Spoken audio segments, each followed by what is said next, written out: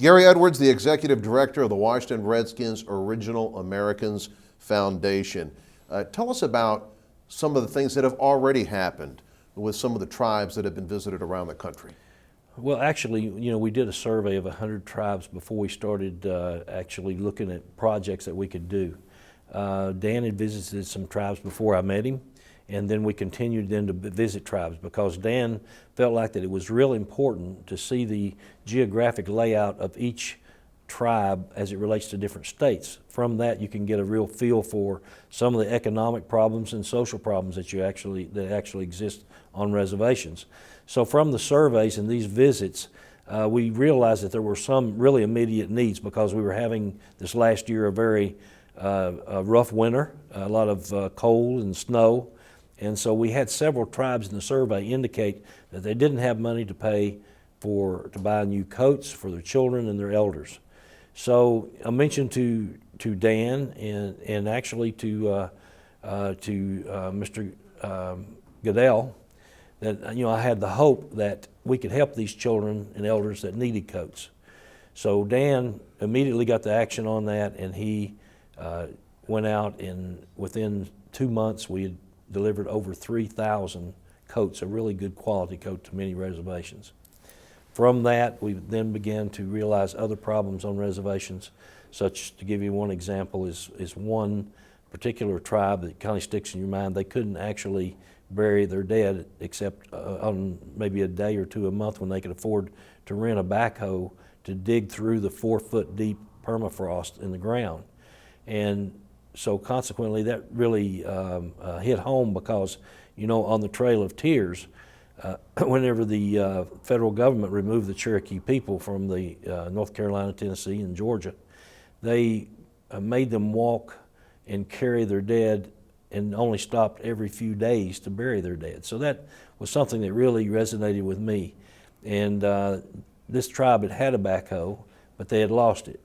So Dan called us when we let him know about it on a Friday, and he said, I want them to have a new backhoe within 2 weeks. So in 2 weeks, the tribe had an outstanding backhoe, and we just heard from them a couple of days ago, and they indicated to us that they'd had a hard month last month. They'd lost 4 of their elders that had passed away, but they were able to give them the honors and burying them according to their traditions because of the new backhoe. Remind us quickly your background in terms of what tribe you are from. I'm Cherokee.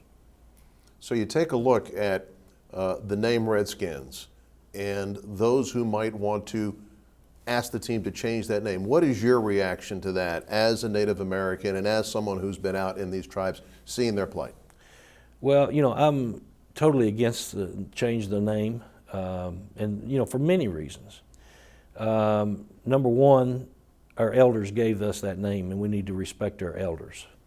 And that's part of our history as Indian people. And if we don't relate and pass that history on, which we've always done, whether it be through drawings or words or stories or the written language or computers of today, we've always respected the history of our native people. Now, another reason is that this being a name that was given to us by our own people, the word Indian, Native American, these were words that were not given to us by our Indian people, but they were laid upon us. And there are a couple of groups of people throughout the country that are American Indian people that have a problem with those names. So to me, the true name for our people represents what our elders tell us was important to them. The fact that their skin was red. The Creator made them red. If He'd wanted them to be white, He would have made them white. And they're proud to be red. And they call themselves, as a group, whenever they were negotiating with the government for various things, they call themselves Redskins. So I'm very proud of that, and I'm very proud to be a Redskin myself.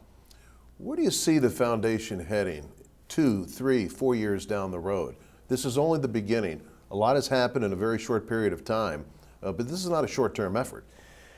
Yes, that is really rather exciting. It is so exciting that you almost don't want to think about it because it's almost like a dream. You can almost touch it and you're afraid that, that it won't be there tomorrow or when you wake up.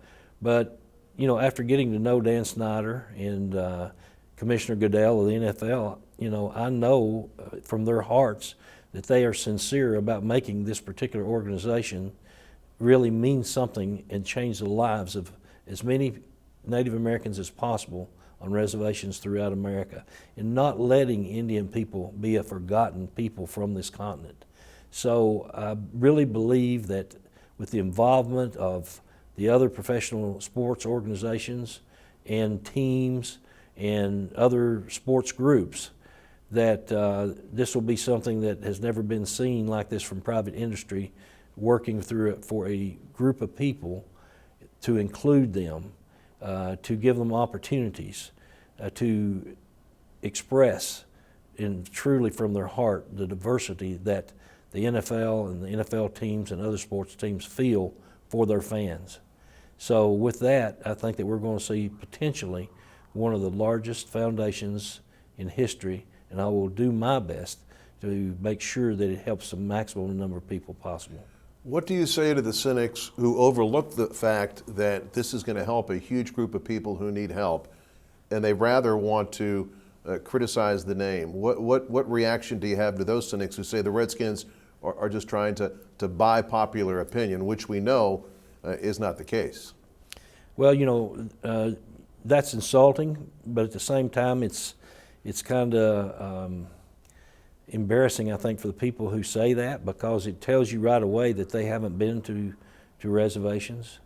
They haven't talked to the tribal leaders about the real problems, and have they really done anything to help any of them? And if so, you know, what is that, and how have they solved all these problems? I mean, the fact of the matter is, with regard to the plight of the American Indian, you know, we've had hundreds of years of pure abuse, and we've had shortcomings, and the government has done many things to try to help and fulfill those needs that we have, but they've never been successful at it. We've never had private industry to come across a broad spectrum of Indian life and say, we're going to make a change, we're going to help you make a change if you want for your people living on reservations.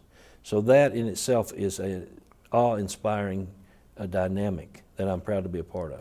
Gary, the foundation is a very exciting move in the right direction, I might say. Do you have any final thoughts before we wrap it up? Well, you know, I think the final thoughts are that, you know, and I can't help but think about, you know, a John Kennedy quote. You know, he said, you know, we can't help everybody, but everybody can help somebody. So we at the Original Americans Foundation are going to help as many people as we can, but we need everybody's help to help everybody. Thank you, Gary. Thank you.